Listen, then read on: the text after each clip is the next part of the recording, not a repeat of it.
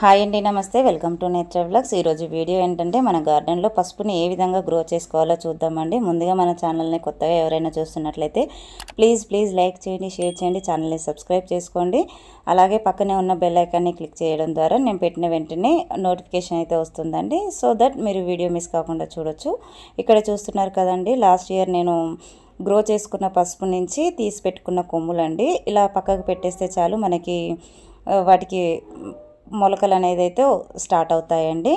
అయితే పసుపును మే 1st week నుంచి జూన్ వరకు ఎప్పుడైనా నాటుకోవచ్చు. ఇక్కడ చూసారు కదా, మనకి కంటైనర్ గార్డెనింగ్ చేసుకునేటప్పుడు ఎక్కువ వెడల్పు ఇంకా లోతు ఉండాలి. అంటే మినిమం 12 ఇంచెస్ లోతు, 18 ఇంచెస్ వెడల్పు ఉంటే మనకు దుంప అనేది చాలా మంచిగా తయారవుతుంది. మనం ఎప్పుడు కూడా కంటైనర్ గార్డెనింగ్ చేస్తాం కనుక డ్రైన్ హోల్స్ అనేవి మల్టిపుల్గా ఉండేటట్టు చూసుకోవాలి. ఎందుకంటే డ్రైనేజ్ సిస్టమ్ మంచిగా ఉంటేనే మనం పెట్టిన దుంప కుళ్ళిపోకుండా మంచిగా ప్లాంట్ గ్రో అవుతుంది, లేదంటే దుంప కుళ్ళిపోతుంది. తర్వాత సాయిల్ విషయానికి వస్తే మట్టి లూజ్గా ఇంకా మంచి ఆర్గానిక్ మాన్యూర్ ఉండేటట్టుగా చూసుకోవాలండి. ఇక్కడ చూస్తున్నారు కదా, లాస్ట్ ఇయర్ కూడా నేను ఇదే కూలర్ టబ్లో అయితే గ్రో చేసుకున్నాను. 3 ప్లాంట్లు పెడితేనే మంచిగా వచ్చిందండి. 1.5 kg వరకు హార్వెస్ట్ చేసుకున్నాను. నేనైతే ఇక్కడ ఆల్రెడీ మట్టి సాయిల్ కలిపి పెట్టుకున్నానండి. మిగతా వేరే ప్లాంట్లకు, కూరగాయ మొక్కలకు ఎలా చేసుకుంటామో దీనికి కూడా అలాగే కలుపుకోవాలండి. అడిషనల్గా కొద్దిగా మనము ఇసుక యాడ్ చేసుకోవాలి.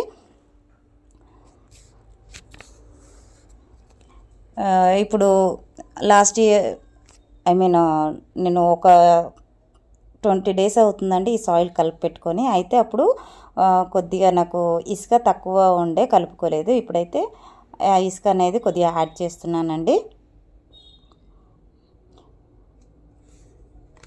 ఇంకా నీరు విషయానికి వస్తే తేమ ఉండాలి, కానీ నీరు అనేది నిల్వ ఉండకూడదండి. మనకు అది చాలా జాగ్రత్తగా చూసుకొని వాటర్ చేసుకోవాలి. నీరు అనేది ఎక్కువగా ఉంటే దుంప అనేది మనకు ఊరదండి. ఈ ప్లాంట్ అనేది మనకి పైన కాసేవి కాదు కదండి, చెట్టు మొదట్లో దుంపలా ఫామ్ అవుతాయి కనుక నీరు ఎక్కువగా ఉండడం వల్ల దుంప ఫామ్ అవ్వదు, అలాగే చెట్టు కూడా కుళ్ళిపోతుంది. ఖచ్చితంగా రోజు మనము వాటర్ చేయాలని అయితే ఏమీ లేదండి, కొద్దిగా తేమ ఉంటే చాలు. ఇంకా ఎరువు అనేది అయితే మనము పసుపు కొమ్ములు నాటిన 30 నుంచి 45 రోజుల వరకు అయితే ఎలాంటి ఎరువులు ఇవ్వాల్సిన అవసరం లేదు. ఎందుకంటే మనము ఆల్రెడీ సాయిల్లో ఎరువు కలిపి పెట్టుకుంటాం కదా, అది సరిపోతుంది. ఇక్కడ చూసారు కదా ఎంత మంచిగా మనకి పిలకలు అనేది స్టార్ట్ అవుతున్నాయో. ఇలా స్టార్ట్ అయినప్పుడు పెట్టుకుంటే ప్లాంట్ అనేది తొందరగా గ్రో అవుతుందండి. మనం అలాగే పసుపు కొమ్ములను పెట్టుకున్నా మనకి సాయిల్ నుంచి వేస్తే పిలకలు వచ్చేస్తాయి. కాకపోతే కొద్దిగా లేట్ అవుతుంది. మనకి పిలక ఎక్కడి నుంచి అయితే వచ్చిందో అది అనేది పైకి కనిపించేటట్టుగా పెడితే సరిపోతుందండి. ఇక్కడ వీడియోలో చూస్తున్నట్టు కదా, ఇక్కడైతే మల్టిపుల్ పిలకలు వస్తున్నాయండి, అందుకే దాన్ని ఇలా అడ్డంగా పెట్టేస్తున్నాను. తర్వాత సాయిల్ మిక్స్లో కలుపుకునే ఎరువు సరిపోతుంది కదా. తర్వాత ఒక 1 monthకి ఒకసారి పశువుల ఎరువు కానీ మనం చేసుకున్న కిచెన్ కంపోస్ట్ కానీ ఇస్తూ ఉండాలండి. చూస్తున్నారు కదా, వీడియోలో చూస్తున్నట్లయితే పెట్టుకుంటే సరిపోతుందండి. ఇంకా వీటికైతే పెస్ట్ అనేది ఏముండదండి. అంటే మిగతా వేరే ప్లాంట్లకు వచ్చినట్టు పిండి నల్లి, ఆపిడ్స్ అలాంటివి పేనుబంక అలాంటివి అయితే ఏమి ఉండవు. అన్ని మొక్కలతో పాటు దీనికి కూడా మనకు జస్ట్ నీమ్ ఆయిల్ స్ప్రే చేస్తే సరిపోతుందండి. అలాగే లిక్విడ్ ఫెర్టిలైజర్స్ కూడా వేరే మొక్కలకి ఏ విధంగా ఇస్తామో దీనికి కూడా వాటికి ఇచ్చినప్పుడు వీటికి ఇస్తే సరిపోతుంది.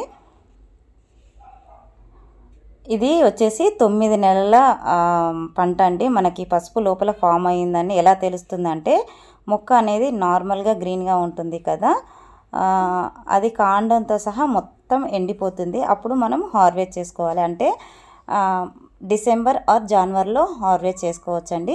ఈ కంటైనర్లో అయితే 6 వరకు పెట్టాను, మనకి 6 సరిపోతాయండి, ఎక్కువ అవసరం లేదు.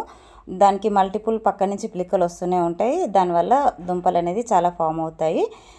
ఇవి మిగతా వచ్చేసి నేను గ్రో బ్యాగ్ ఆర్డర్ చేసుకున్నానండి, అందులో పెట్టేస్తాను. ఇంకా కొన్ని దుంపలు కూడా మనం ఆన్లైన్లో ఆర్డర్ చేసాము.